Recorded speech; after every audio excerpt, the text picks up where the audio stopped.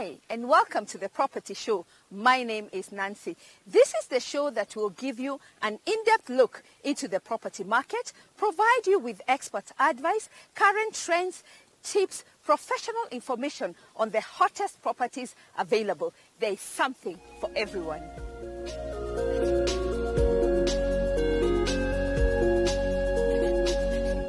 Our topic is on sustainable construction industry, and our expert guest is Miss Elizabeth Wangeci, the Managing Director of Web Limited. Elizabeth will be taking us through why we should consider going green. Hello. Karibu sana. Asante sana. Tell us, what exactly is sustainable construction and what does it entail? Sustainable construction mainly looks at green buildings. So the industry that we concentrate on is the green building sector. What is green? And how green is green? Well, green building actually, the buildings that look at the environmental aspect, the economical aspect, and the social aspect of building. So rather than look at traditional ways of building, we look at all these aspects that would encompass the life cycle of the building. What is traditional and what's new? Well, traditional, I would say, if we look at Kenya, there's a lot of brick and mortar construction. I would call that partly traditional, but not very traditional.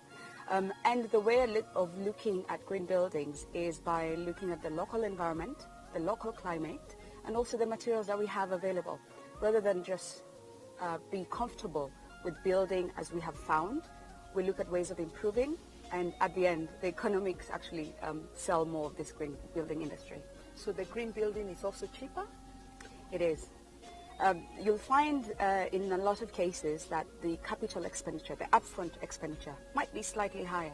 But if you look at the lifetime of the building, 20 years, 50 years, from the decisions that were made at the design stage, you'll find that green building is actually cheaper. When do we engage your services? Well, the best time to actually engage a sustainable construction consultant is as early as when you're going to get funding to buy the site before development. At that stage, we can also advise on the funding you're getting, sustainable elements you can achieve on the proposed development. We also assist in selecting the green building or the architects, the engineers, the aspect, the use of the building that you're planning to do. If we're engaged early enough, we can tell you how the operational element will be and the cost as well. So that would change what the initial plan is. Being there earlier is better than later. How do we measure a green building? Well, this is a conversation that goes on. We have international standards. If you compare, for example, if you're ill, you go to a doctor, they have measurement standards of your temperature being too high, you have fever. So quite similarly in the construction industry, there's standards written on how buildings should perform based on the use as well. The international standards that are set for green buildings actually look at the different ways that buildings are used, and there's actually benchmarks that are set. In Kenya, we might not have the benchmark set, but internationally, the use of a building for an office would be more or less the same, you know, taking into account the environment aspects as well. So if we can go to doctors and actually get our temperatures measured to say we're sick, there's ways of actually looking at buildings being green or sick buildings. And do we have any green buildings in Kenya yet? That's a very good question. Yes, we have. We haven't got as many certified or measured yet. So we always have the question, is this one greener than the other? But from our research, we've seen that Kenya Commercial Bank, KCB Bank building in Upper Hill is a green building. Can't tell you what rating it is yet. But the integrated design, the approach, the solutions is heading to the right way. We also have some projects underway which are in design. There's Garden City Retail on Thika Road. That's very much a green building. There's going to be Nairobi Business Park, which is going through the construction process as well. And that's going to be certified to US green building standards to actually make it a LEED building. And is it more expensive? Why are we not going green? Is it the cost? Well, one way it is the capital cost will be slightly higher. But the encouragement that we have with developers and the building industry is don't look at the capital cost. The building is going to be there for 20, 50 years. Even 10 years, we can show you you'll save money. And if you look at our utility bills, you know, Kenya Power bills, water bills, you know, they'll be going up. They'll still go up. So if you look at the total cost of the building, your use of the building, you actually save money. Is it through the materials or what? How do I save money if I go green? Well, first of all, if you look at your orientation of the building, you look at where you're putting the building. In Kenya, we're near the equator. We have many hours of sunshine. We have rainfall most of the year. You know, it's not a desert. So if we take advantage of our climate, our local climate as well. So once you look at where you're going to position the building, get as much daylight. It's free. Why not use it? Get as much daylight as possible. Harvest the rainwater. That's one way to start. So with that, you're reducing the demand you have on the building. Then you can look at the materials. The materials are a solution for creating an environment we can be comfortable as human beings. So when you look at materials, we extend as far as looking at local materials. There's no reason why I should go all the way to, for example, China to get materials that I can source locally. We need to create that database that we are proud of the materials. They're locally tested, they're locally used. Once we don't have materials here, or we've expanded and expounded on the materials here, then we can go abroad and look for other materials. But we start at home first. Which materials are you talking about? I'm starting all the way from bricks. There's Kenya Clay Works down the road, on Thika Road. If you compare with London, for example, the construction in London, they use the bricks, you have the insulation, you have the plasterboard finish, and the climate there is so extreme. You have winters with minus degrees, centigrade of temperature. You have extreme summers in Dubai. Why are we copying them? Why are we just copying the materials they use instead of looking at our environment first, looking at our materials, which we have available, and then work our way outwards? So are you recommending we stop using brick and mortar? I would recommend that because I don't really understand why we would have a totally expansive program. We have extended programs because someone has to shape the stone. It takes so long to build it. The aspect of prefabrication is here already. Let's make our work easier. We have the materials. We can actually have a better internal environment for the building by using other materials other than what we're used to. I think the industry is rather lazy, you might call it. We need to get back to a fundamental element of calculating what we need, using local materials, and that way we'll expand green building. Another thing we need to remember is the standards that we're using were written about 10, 20 years ago. So if we're mitigating for climate and building for the future, we need to get back onto the fundamental element, use the expertise across the wide range. And that's where we come in, because questions asked by architects and engineers, we can find the answers with contractors because they know what they did and the solutions they used in the last building. Are you talking to me as a single dwelling developer or a mixed-use developer? I'm talking to you as a human being because at one point I'll tell you to turn the lights off, I'll tell you to change the lighting, I'll tell you to turn the taps off, use the sensor taps properly, I'll tell you to maintain the building, all the way through to developers, and I'll tell the banks as well, I'll tell the funding industry that they need to put a bit of a speed and a wheel on this and push it forward. Because if they provide the funding that will actually encourage people to have sustainable development, I think we'll see a few more buildings going that way. Do you get approvals? And who is the body that approves that what you're offering is the correct way? Now, the body that we're using at the moment and has had quite a few years, I'm talking about more than 10 years of approvals, is the U.S. Green Building Council, first of all. We're using that on the projects here because at the moment we don't have a framework that we can use. The framework that's in place for Kenya would say is NEMA. But NEMA is the fundamental basic starting point. If you want to benchmark yourself to international level, you need to use an international framework as well. But in the future, we're looking to have local framework that we can actually use rather than rely on external parties, international parties. And we want to look at framework that's actually written for Kenya, for the Kenyan environment, Kenyan materials, and the Kenyan people. The way I use a building here is not the same way I'll use a building somewhere else. Are you engaging the government, and which professional bodies have aligned with going green? It's quite surprising. There's quite a lot of green professionals out there. There's a lot of architects that we work with. There's engineers as well who are coming on board and advocating for green. There's facilities management companies as well. they understand that a green building in the long run is beneficial for all. On top of that, there's developers. We're working with Actis Mental Management on a few buildings, and they advocate and have a CSR within their company for what they're developing has to be environmentally friendly. Thank you so much, Wangeci. Thank you. Give us your parting shot. Parting shot for today would actually be, we need to all get on board. We're not just looking at the government, we're not just looking at the private sector. Personally, I turn my lights off, the taps are off, I save energy, resources in my day-to-day living. On top of that, I would ask the right questions to the builders, architects, engineers, developers. Why are we using this instead of this? Why don't I use my local Kenyan materials? Why do the bills keep going up? Why is that? If we don't ask the questions, then we don't find a way to actually get the solution, which is at hand. We're in the best location in the world to have green building. Asante sana. Thank you. We are taking a short break. Don't go away.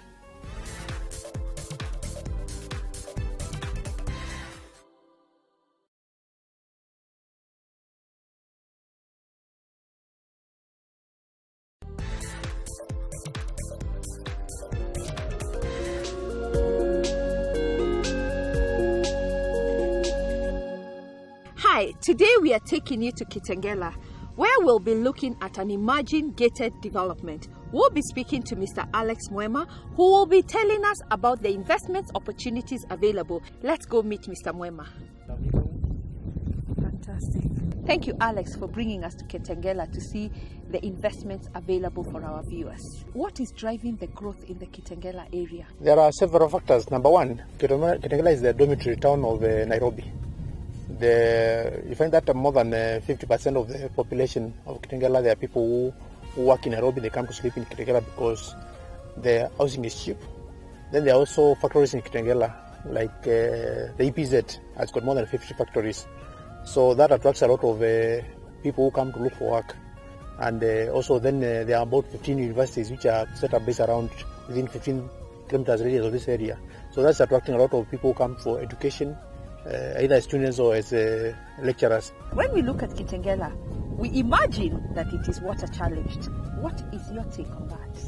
Yeah, looking at the land, you might think it's dry because we don't have much trees. But believe you me, there's a lot of water underground.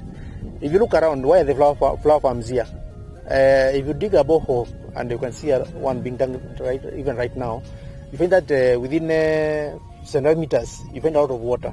All the hills that are here, Gong Hills, Lukenya Hills, the water, when it rains, the water percolates. So there's a lot of water underground, and that water is actually fresh. It's all salty, and you can see within a kilometer radius of here, you've got very many boreholes which apply a lot of water.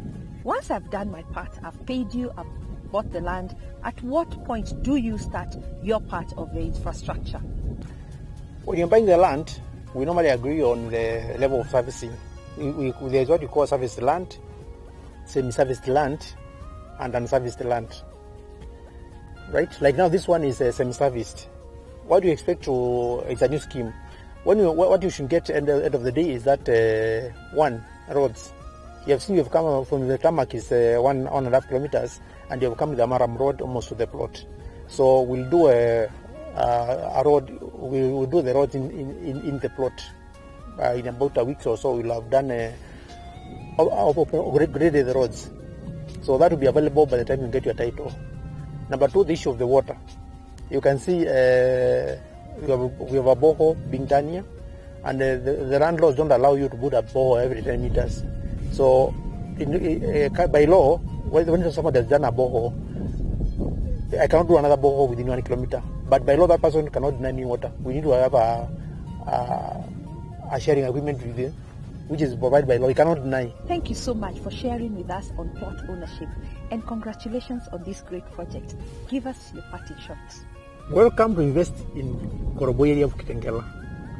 Because one, if you are buying a plot for investment, you can be sure that your property value will go up 30 to 50% per year, even without doing anything. Secondly, if you look at where you are now, you can see already the area is developed, it's got infrastructure, you've got good neighborhoods. Number three, when you are here, Konza is 10 kilometers behind us. There'll be the road between Konza and Isinya is just about 3 kilometers from here. So there'll be a lot of traffic passing through here, and that will take the prices up.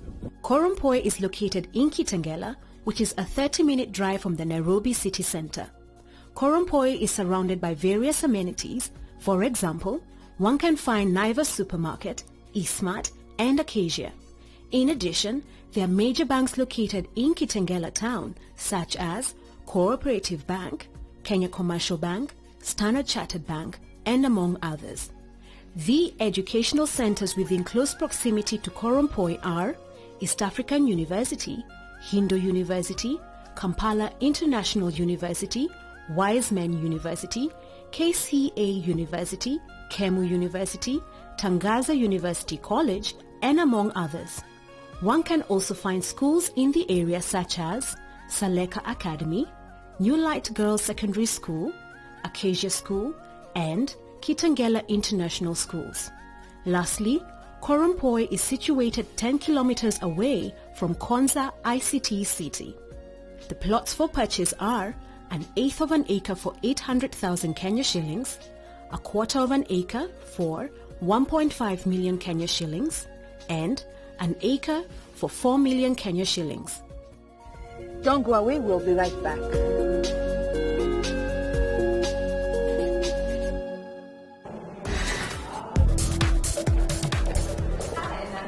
Welcome to Linear Interiors. Asante sana. Yes, come, let me take you around. Linear Interiors is a supplier of different interior fittings, all of which we source from premium brands in Turkey and other European countries. Our domestic kitchen range, we get them from a company called Linear Deco, which is the leading brand in modular kitchens in Turkey.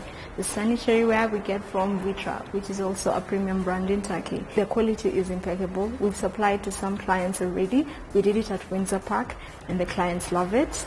And we have supplied also to other numerous projects, and we are guaranteed of the quality of our sanitary ware.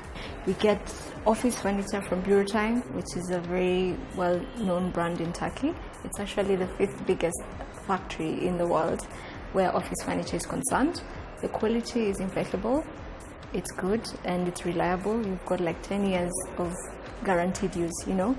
And the thing about the office furniture that we provide is there's so much to choose from. You've got different colors to choose from and different sort of setup, so it works for any kind of space. Linear Interiors is able to supply to both one-off clients and also projects. The thing about us is we have a capable team which is comprised of designers and also technical support, so we are able to cover both one client and also like a big project. So whoever has any needs where interiors are concerned, this is a place to come. We've finished a project at Windsor Park for the kitchens, and we've done quite so many. We are doing another one in Naivasha. We've done Twin Oaks for the kitchens. We've provided Chase Bank for furniture. So I can say our clients are happy. Yes. Thank you so much, Monica, for having us. And what is your Thank you also for being here. My petition would be Linear Interiors is definitely the place to be for all your interior needs. We've got very good products, so you're guaranteed of quality and good service. So this is definitely the place to be if you have a project or you need any help. Come visit us at ABC Towers, first floor. We have a very capable team that will guide you through the whole process. Let's look at other properties available in the market. Within Miga, there is a residential development called Mitiniscapes. Cottages and apartments are currently being built for purchase. The types of apartments and cottages are Bao Apartment. It is a one-bedroom apartment designed for modern lifestyle, equipped with an open-plan kitchen, bar-style breakfast table, spacious lounge, and fitted with high-quality finishes. For anyone willing to purchase the property for investment, the price is 6.5 million Kenya shillings. Lucina Apartment. It is a 2-bedroom apartment with a study.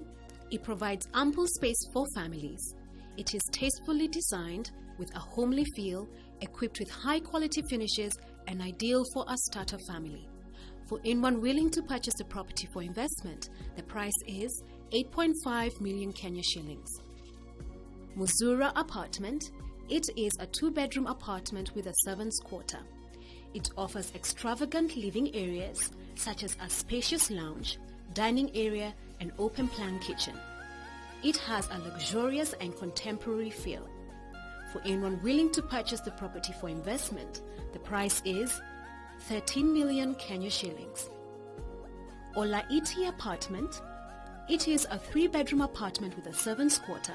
It has a lounge, dining area, and an open-plan kitchen which are spacious and suitable for entertaining guests.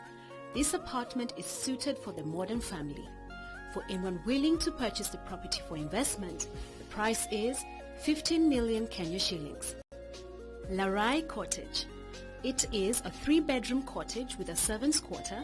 It has a spacious veranda, lounge, and lobby. All bedrooms are en suite. Master bedroom located in the attic. This cottage has been built to take advantage of the luscious green and breathtaking views of the golf course. For anyone willing to purchase the property for investment, the price is 18.5 million Kenya shillings. Siala Cottage. It is a 4-bedroom cottage with a servant's quarter. It has a lounge, dining area, open-plan kitchen, bar-style breakfast tables, all bedrooms en suite, master bedroom located in the attic.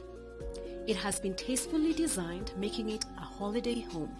For anyone willing to purchase the property for investment, the price is 21.5 million Kenya shillings. Tamarind Tree Residence. It is the newest development of serviced apartments within Miga. The units consist of 1-bedroom, 2-bedroom, 2-bedroom duplexes, and 3-bedroom apartments. The finishing is chic, modern, and contemporary.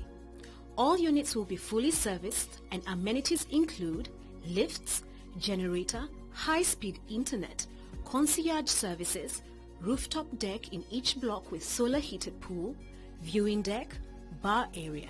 These units are an ideal getaway home and a great investment for the savvy investor due to the fact that they can be let by the hotel for long-stay guests, the hospital, the conferencing site, and residents within Miga. Chestnut.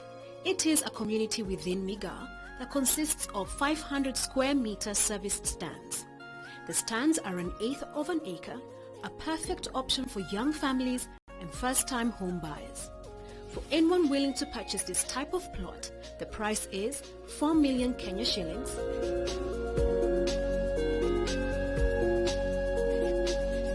I hope you have enjoyed the show, and here are the highlights. Sustainable construction is mainly about green building.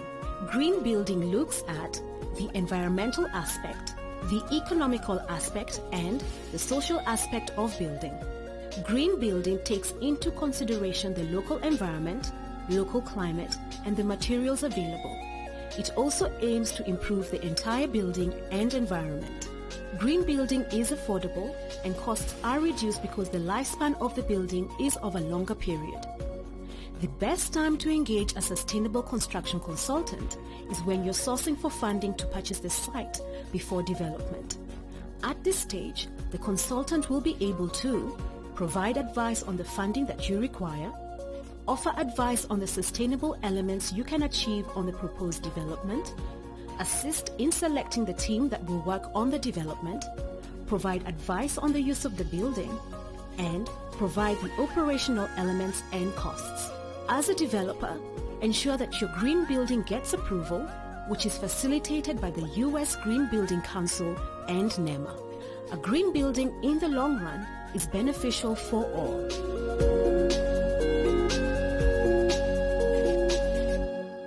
Thank you for watching the Property Show. You have heard from our experts, visited our hot property of the week, seen the home accessories and other properties available in the market. We appreciate your feedback, and if you have any ideas or topics you'd like our experts to address in the future, we'd love to hear from you. Thank you for watching, and kwaheri.